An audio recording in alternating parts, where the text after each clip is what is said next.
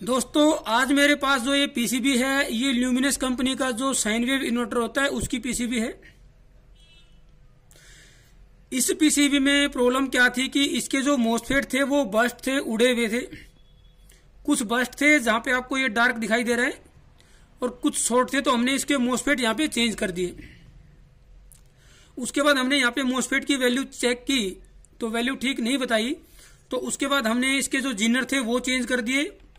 उसके बाद भी मोस्फेट ने वैल्यू सही नहीं बताई, तो उसके बाद हमने इसकी जो ड्राइवर आईसी थी ये भी चेंज कर दी। एसएमटी पैकेज में है 33883।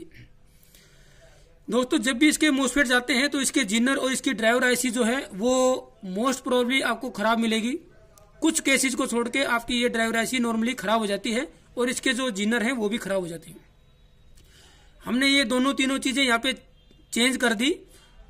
अब क्या हुआ कि मोस्फेट जो है हमारी जो ये वैल्यू जितनी दिखानी चाहिए वो सही दिखा रहे हैं। डायोड मोड पे हम चेक करते हैं मोस्फेट को तो वो वैल्यू यहाँ पे सही दिखाते हैं। आप लोग भी इसको चेक करते रहते होंगे तो वो वैल्यू यहाँ पे आपकी सही दिखा रहे हैं, लेकिन पल्सेज नहीं आई। दोस्तों यहाँ पे हमने पल्सेज चेक की मोस्फेट के ऊपर, तो पल्सेज कोई भी यहाँ पे नहीं आ रही है। मुझे इसकी प्रॉब्लम का पता है, सिर्फ ये वीडियो में आप लोगों के लिए अपलोड कर रहा हूँ कि इस तरह की प्रॉब्लम आए तो आप उसको कैसे सोल्व करेंगे, कैसे रिजोल्व करेंगे। सबसे पहले मैं इसकी पल्सेज चेक करके आपको बता देता हूँ कि पल्सेज यहाँ पे नहीं आ रही है, किस वजह से नहीं आ रही है और कहाँ कहाँ आपको चेक करनी है वो भी बता देता हूँ। बहुत ही ये इंटरेस्टिंग वीडियो रहेगा, आप इस वीडियो को पूरा जरूर देखें। और इस तरह के वीडियो जो हैं देखने के लिए आप हमारे चैनल की प्लेलिस्ट पे जा सकते हैं। तो ये आपका इसका नेगेटिव है, जो वायर निकली होती है इस पे मैं नेगेटिव लगा लेता हूँ। मेरे पास 12 वोल्ट का एसएमपीएस है, ये मैंने इसको प्लस माइनस लगा दिया है। प्लस आपका जो बड़ी वाला हीट सिंक है उस पर लगा दिया है। अब यहाँ पे हम चेक कर लेते हैं। ये कुछ देर के बाद जो बीप कर रहा है, ये स्टार्टिंग में कुछ बीप करेगा, 4 से 5 जितनी भी हैं। इसके जो स्विच है उसको हमने यहाँ पे परमानेंट ऑन कर दिया ताकि मेरे को बार बार ट्विजर से उसको ऑन ना करना पड़े। मल्टीमीटर को कर लेते हैं डीसी पे। डीसी पे करने के बाद आप मोस्फेट की पहली और तीसरी लेग पे चेक करेंगे तो आपको यहाँ पे पल्सेज आनी चाहिए, ये देखिए। लेकिन यहाँ पे कोई पल्सेज नहीं आ रही हैं। मैं यहाँ पे चेक कर रहा हूं लेकिन पल्सेज यहाँ पे किसी भी मोस्फेट पे पल्सेज यहाँ पे नहीं आ रही हैं। उसके बाद सेकंड हमारा क्या स्टेप रहता है कि जो ये ड्राइवर आईसी है इससे पहले हम चेक करेंगे कि माइक्रो कंट्रोलर से पल्सेज निकल रही है कि नहीं निकल रही है। अगर माइक्रो कंट्रोलर से पल्सेज निकल रही हैं और ड्राइवर नहीं निकाल रहा है तो इसका मतलब प्रॉब्लम ड्राइवर आईसी में है। लेकिन अब हम चेक करेंगे कि माइक्रो कंट्रोलर से पल्सेज निकलती हैं कि नहीं निकल रही हैं। उसके लिए यहाँ पे अगर आप देखेंगे तो ये 4 रजिस्टेंस हैं, R89, माफ कीजिए R86, R90, R85 और R91, ये 4 रजिस्टेंस हैं। इन रजिस्टेंस के थ्रू आपकी ड्राइवर आईसी को माइक्रो कंट्रोलर से पल्सेज आती हैं। आप इन रजिस्टेंस के ड्राइवर आईसी की तरफ जो एंड है उस पर भी चेक कर लें और इस तरफ भी चेक कर लें। यहाँ पे पल्सेज आनी चाहिए 1.1, 1.2, 3.5, 3.6 के आसपास ये पल्सेज आती हैं। अभी हमारा ऑन है, मैं नेगेटिव लूंगा, आपका जो नेगेटिव होता है ब्लैक वाला वहां से, और डायरेक्ट यहाँ पे हम चेक कर लेंगे इन रजिस्टेंस के ऊपर। देखिए यहाँ पे चेक करेंगे लेकिन यहाँ पे भी पल्स नहीं आ रही है। इन चारों पे आप चेक कर सकते हैं, कभी कभी किन्हीं 2 पे आती है, वो भी हमारा यहाँ पे क्लियर हो जाएगा। चारों रेजिस्टेंस पे मैं यहाँ पे चेक कर ली तो पल्सेज नहीं आ रही हैं। मैं माइक्रो कंट्रोलर की तरफ जो रेजिस्टेंस का एंड है उस पर भी चेक कर लेता हूं कि आगे अगर बहुत ज्यादा शॉर्टिंग हो तो हो सकता है कि आगे इन्होंने वोल्टेज को सिंक किया हो।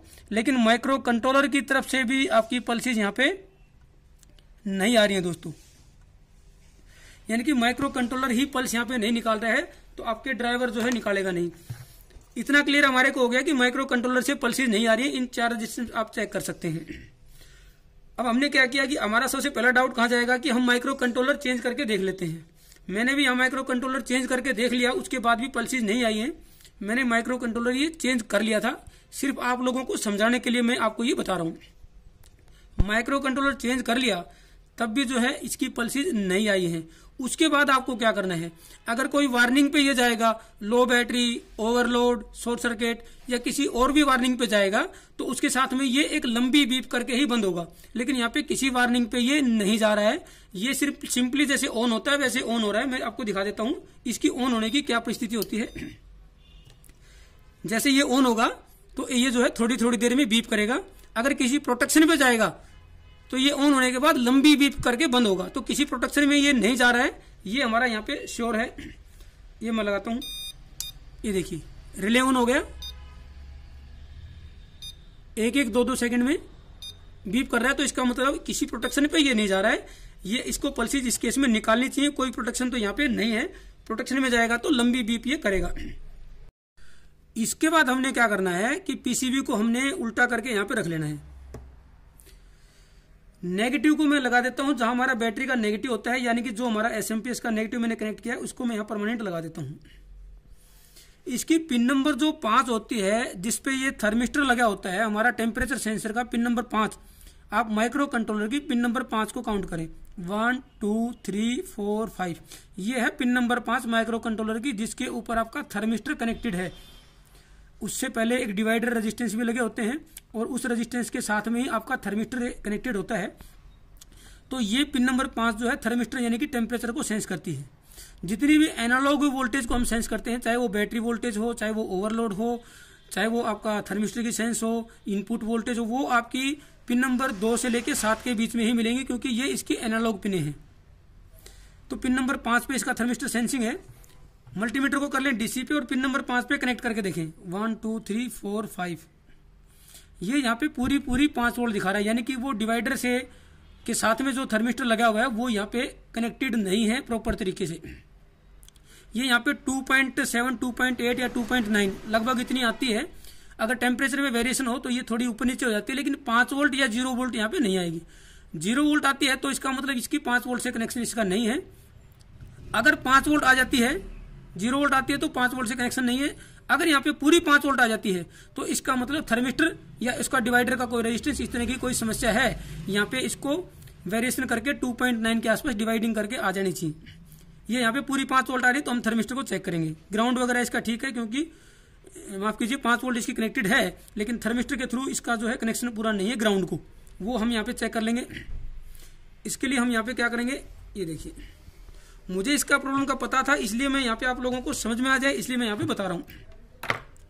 ये यहाँ पे लगा होता है थर्मिस्टर, इसका जनरली खराब नहीं होता है, लेकिन जब हम इस पे काम करते हैं, वर्कआउट करते हैं, इस पे करते रहते हैं, तो या तो ऊपर से कहीं से ब्रेक हो जाता है या नीचे से कहीं से ब्रेक हो जाता है।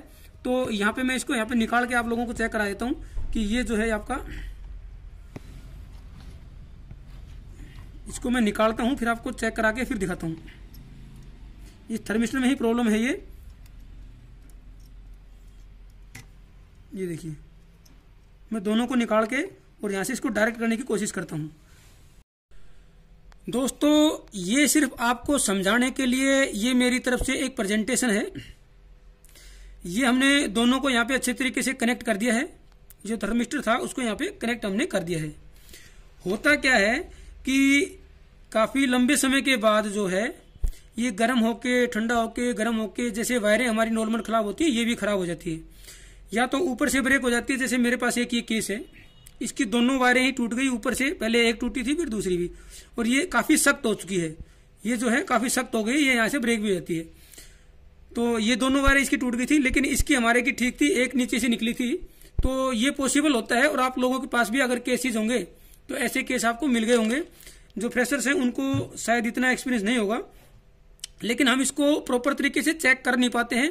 हम थोड़ा सा इसको ऐसे करके चेक करते हैं और हमें लगता है कि ये ठीक है, लेकिन अगर इसकी माइक्रो कंट्रोलर की पिन पे चेक करेंगे तो आपको यहाँ पे क्लियरिटी हो जाएगी कि आपका जो थर्मिस्टर है वो ओपन है, उसकी कोई लैग ओपन है, या फिर आपका 5 वोल्ट से इसको कोई दिक्कत है, या डिवाइडर से है। वो वहां पे वोल्टेज चेक करके हम पता लगा सकते हैं, जैसे मैंने आपको पहले बताया।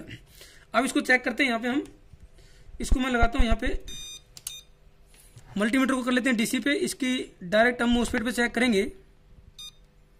2.8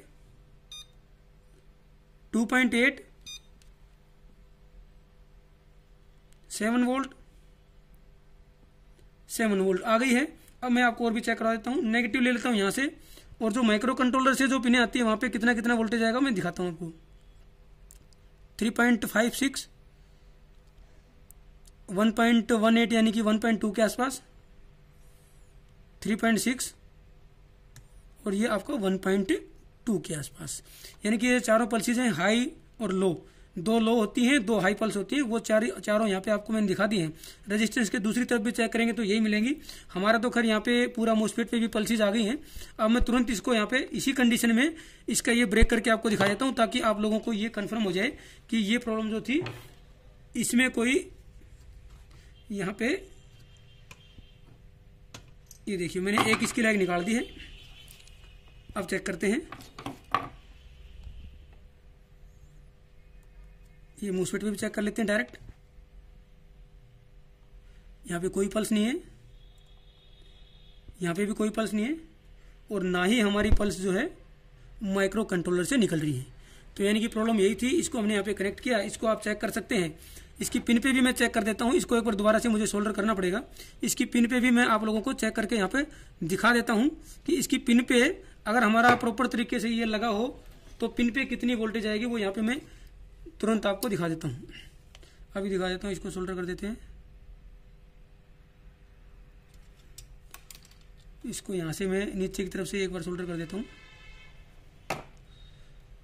अब मैं आपको चेक करवा देता हूँ इसकी पिन पे कितनी वोल्टेज आनी चाहिए।